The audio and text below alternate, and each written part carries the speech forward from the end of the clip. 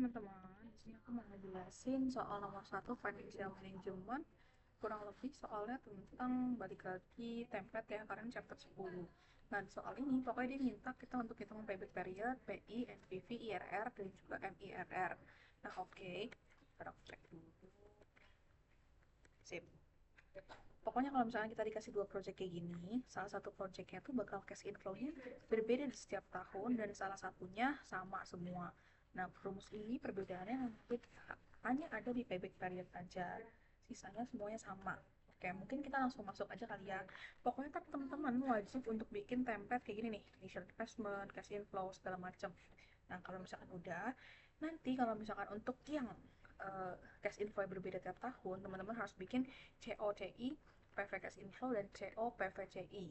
Bedanya sama yang bawah adalah yang bawah nggak perlu pakai COCI. Oke, sih? Langsung kita masukin angkanya di sini ya.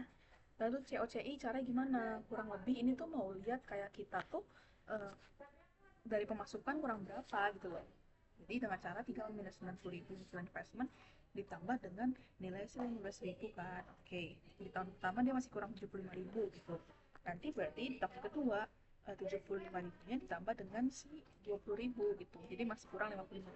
Dan begitu terus sampai ke bawah, ditarik ke bawah sampai ntar hasilnya 25.000 positif. Nanti pokoknya teman-teman kalau misalkan nemu hasil positif, itu langsung ditandain aja misalkan pakai highlight atau gimana, karena itu akan sangat membantu teman-teman banget gitu loh untuk highlight. Nah, terus untuk PPKS info teman-teman pakai rumus nih. Misalkan rumusnya mostly sama semua yang bawah. Nih, rumusnya cash inflow-nya dibagi satu ditambah sama si discount rate-nya. Discount rate-nya wajib kita string karena nanti kita mau tarik ke bawah kan. Dengan pangkat tahunnya berapa. Oke, enter. Nanti tinggal tarik ke bawah aja, gampang. Lalu untuk bikin CO min PVCI, ini sebenarnya konsepnya sama kayak CO min CI. Cuman kita pakai angka PV cash inflow-nya, bukan pakai angka cash inflow.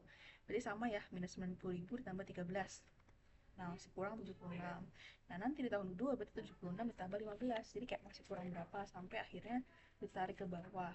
Nah, kebetulan di kasus ini, kasus yang kayak dia itu belum balik return selama 5 tahun gitu, makanya angkanya masih minus. Harusnya kalau misalkan benar ya angkanya harusnya positif tuh. Terus adalah kita akan bikin payback periodnya. Nilai payback period itu kalau di rumus cash info-nya berbeda adalah teman-teman harus masukin rumus untuk tahun terakhir kali dia negatif sebelum akhirnya positif itu berapa. Jadi payback periodnya pakai CO min CI, sedangkan discountednya nanti akan pakai CO min PVCI. Oke, berarti 4 minus angka minus terakhir dia, diminusin ya hasilnya biar positif, lalu dibagi dengan si cash inflow di tahun setelahnya, hasilnya 4,17 tahun. Nah, untuk discounted period sebenarnya bisa langsung lihat nih di sini nih, dia bisa masukin rumus juga, tapi karena sampai di tahun kelima dia masih negatif, kita bisa aja langsung ngomong dia itu lebih dari 5 tahun gitu. Oke, untuk yang project B, enggak, kita bahas sampingnya dulu nih. Untuk total PVCIF dengan limitan juga ya, kita tinggal menjumlahkannya, sebenarnya menjumlahkan PV cash inflow-nya. Tuh. Oke, lalu NPV. NPV ini sebenarnya cara manual sama cara Excel. Jujur kalau aku lebih mudah langsung pakai cara manual karena kayak tinggal tambahin si total PVCIF-nya sama si initial investment-nya gitu. Untuk tahu dia positif atau minus.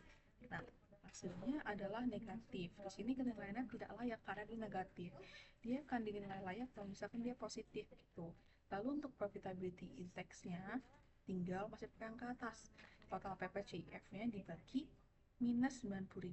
Harus diminusin ya hasilnya biar positif. Nah, jawabannya tidak layak karena PI itu dibandingkan dengan angka 1. Kurang lebih gitu ya.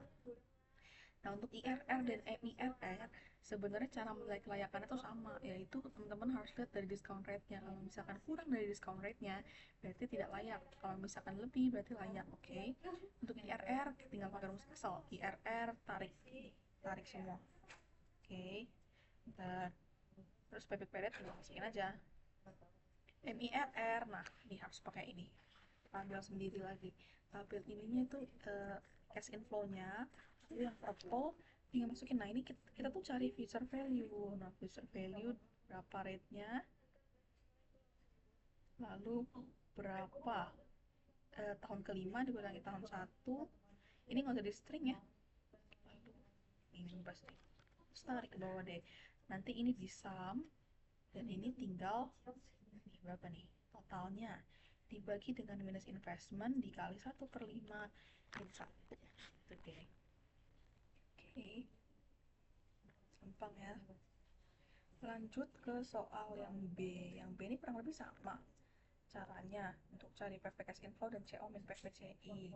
Nah, ini balik lagi nih, cash inflow dibagi 1 ditambah uh, discount rate-nya berapa. Ada discount rate harusnya pakai ini, tapi aku pakai ini sama aja sebenarnya. Pangkat 1. Kita tinggal tarik dan kita persen value-in. Bukan persen value, tapi kita lihat berapa sih nilai tahun keberapa dia udah balik modal gitu. Jadi dengan cara initial investment ditambah dengan PV cash inflow nih sama teman. Oke, kalau misalkan udah kayak gitu, sama aja di tahun kedua, berarti tahun pertama ditambah tahun kedua.